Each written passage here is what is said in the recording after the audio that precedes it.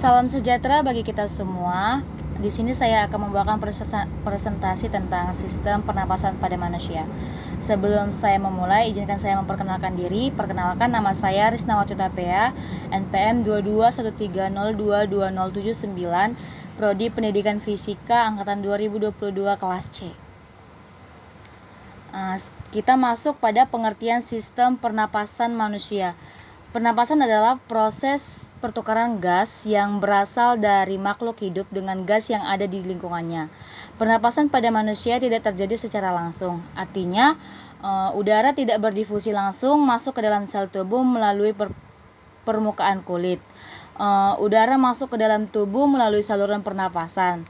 Pernapasan pada manusia dilakukan melalui alat respirasi yang terdiri dari hidung, faring, laring, trakea, bronkus, tenggorokan, dan paru-paru. Selanjutnya, hidung. Hidung merupakan bagian atas dari alat pernapasan dan merupakan alat pernapasan paling awal yang dilalui udara. Di hidung terdapat saraf-saraf penciuman. Lubang hidung terbagi menjadi dua, yaitu sebelah kanan dan kiri yang dibatasi oleh sekat hidung. Rongga hidung berhubungan dengan rongga mulut. Rongga hidung memiliki 3 fungsi utama, yaitu menghangatkan udara, melembabkan udara, dan menyaring udara. Di dalam rongga hidung terdapat rambut-rambut halus dan selaput lendir yang berfungsi untuk menyaring udara yang masuk. Bisa kita lihat gambar rangkaian hidung. Nih, ada serabut saraf pembau, serabut saraf ke otak, lendir, sila saraf pembau. Selanjutnya, ada faring. Faring atau tekak merupakan tempat terjadinya persimpangan antara saluran pernafasan dengan saluran pencernaan. Pada bagian ini terdapat klep atau epiglotis yang bertugas mengatur pergantian perjalanan udara pernapasan dan makanan pada persimpangan tersebut. Dapat kita lihat gambar dari faring dan terbagi menjadi 3, yaitu nasofaring, terus itu ada orofaring dan laringofaring. Selanjutnya, laring. Laring atau pangkal tenggorokan. Laring terdiri dari lempangan tulang rawan. Bagian dalam dindingnya digerakkan oleh otot untuk menutup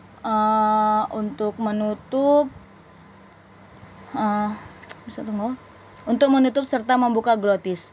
Glotis adalah lubang mirip celah yang menghubungi faring dengan trakea. Pangkal tenggorokan dapat ditutup oleh katup pangkal tenggorokan atau epiglotis. Pada waktu menelan makanan, epiglotis ini melipat ke bawah, menutupi laring, sehingga makanan tidak dapat masuk ke dalam laring. Sementara itu, ketika bernapas, epiglotis akan membuka. Pada pangkal tenggorokan terdapat selaput suara atau dikenal dengan pita suara. Selaput suara ini akan bergetar jika ada udara yang melaluinya, misalkan pada saat kita sedang berbicara. Nah, bisa kita lihat dari gambar ini. Oke, selanjutnya.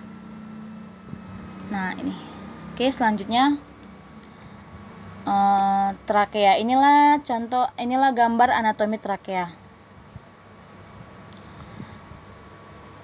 Trakea atau batang tenggorokan. Trakea tersusun dari cincin tulang rawan yang terletak di depan kerongkongan dan berbentuk pipa. Bagian dalam trakea licin dilapisi oleh selaput lendir dan mempunyai lapisan yang terdiri dari sel-sel bersilik. Lapisan bersila ini berfungsi untuk menahan debu atau kotoran dalam udara agar tidak masuk ke dalam paru-paru. Selanjutnya, di sini ada bronkus. Bisa kita lihat berikut gambar bronkus. Bronkus atau cabang batang tenggorokan. Bronkus merupakan bagian yang menghubungkan paru-paru dengan trakea. Bronkus terdapat di paru-paru kanan dan kiri. Setiap bronkus terdiri dari lempengan tulang rawan dan dindingnya terdiri dari otot halus. Bronkus bercabang-cabang yang disebut bronkiolus. Dinding bronkiolus tipis dan tidak bertulang rawan. Selanjutnya, ini adalah gambar pernapasan. Nah, selanjutnya adalah paru-paru. Kita masuk ke dalam paru-paru. Paru-paru adalah alat pernapasan yang terletak di dalam rongga dada dan di atas diafragma. Paru-paru terdiri atas dua bagian, yaitu paru-paru di kiri dan paru-paru di kanan. Paru-paru di kiri terdiri dari dua gelambir, sedangkan paru-paru di kanan terdiri dari tiga gelambir.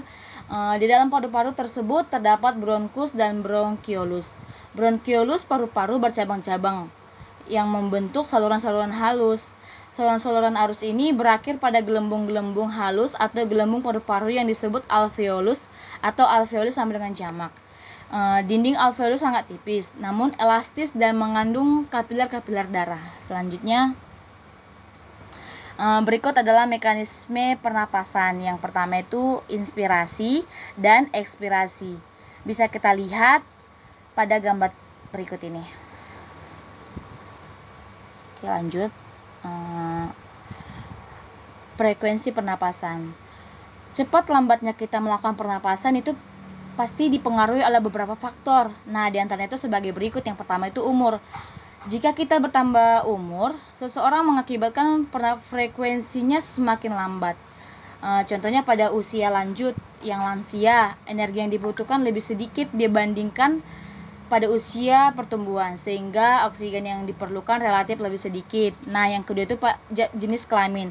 Pada umumnya, laki-laki lebih banyak membutuhkan energi. Nah, yang berikutnya itu yaitu suhu tubuh. Semakin tinggi suhu tubuh kita ataupun kita demam, maka frekuensi pernapasan akan semakin cepat.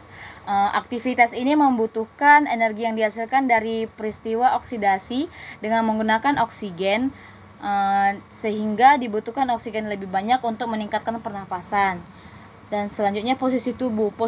Posisi tubuh akan mempengaruhi banyaknya otot yang bekerja. Misalnya pada saat berdiri, otot akan berkontraksi sehingga oksigen yang kita butuhkan lebih banyak dan laju pernapasan pun akan meningkat dibandingkan pada saat orang duduk. Selain berikutnya, kelainan dan penyakit pada sistem pernapasan manusia. Ada beberapa kelainan dan penyakit pada sistem pernapasan manusia, antara lain sebagai berikut, yaitu faringitis. Faringitis merupakan peradangan pada faring sehingga timbul rasa nyeri pada waktu menelan makanan atau kerongkongan terasa kering.